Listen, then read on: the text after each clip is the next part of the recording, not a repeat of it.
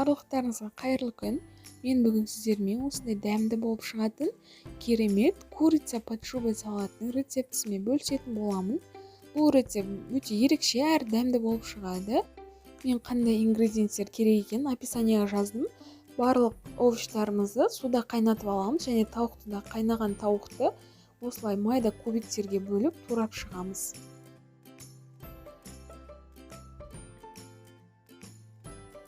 Осылай тауықты турап болғаннан кейін бөлек ыдысқа салып шетке алып қоямыз. Енді теркадан қайнаған свекланы, яғни қызылшаны өткіземіз. Осылай терканың көбіне дәл осындай тісімен өткізген дұрыс.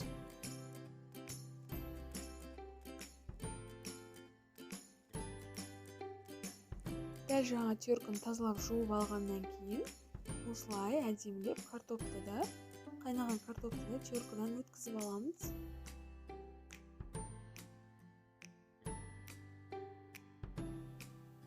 Картоптан кейін қайнаған сәбізімізді терканы жуып алып тағы да өткіземіз. Келесі бізде қайнаған жұмыртқаны да әдемілеп тура осылай теркадан өткізіп аламыз.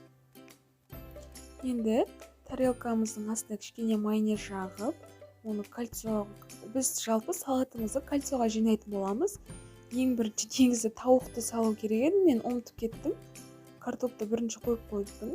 Осылай тауықты салғаннан кейін мен мына жерге картопты салғаннан кейін үстіне майонез жағып шығамыз қасықпен.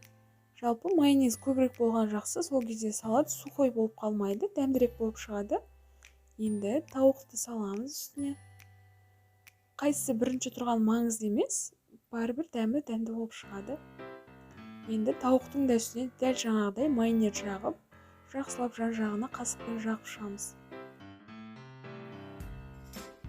Майонез жағып болғаннан кейін бетіне сәбізді салып, оны да дұрыстап жан-жағына біркелкі етіп жайып шығамыз да, үстіне дәл жаңағыдай майонез жағып, қасықпен әдемілеп жайып шығамыз.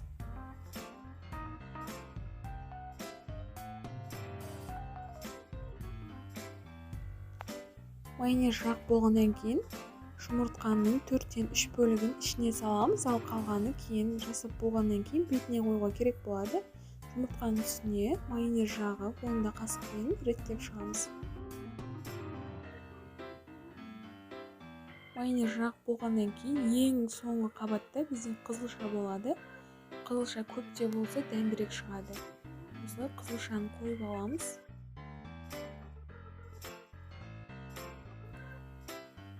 Осылай қызылшаны қойып болғаннан кейін бетіне майонез жағып, ең соңғы қабатты осылай аяқтаймыз. Осылай салатымыздың бетін біркелкі болғанша қасықпен реттеп шығамыз, майонезді жағып. Енді жаңағы алып қалған жұмыртқамызды бетіне себеміз, кішкене ғана. Ол кішкене болсын, сендеу үшін. Енді кольцомызды ашып шығарамыз. Міне біздің салатымыз дайын болды. Менің каналыма тіркеліп қойыңыздар. Сіздер менің каналымда басқа да салаттың дәмді рецептерін таба аласыздар. Ал сіздерге ас болсын!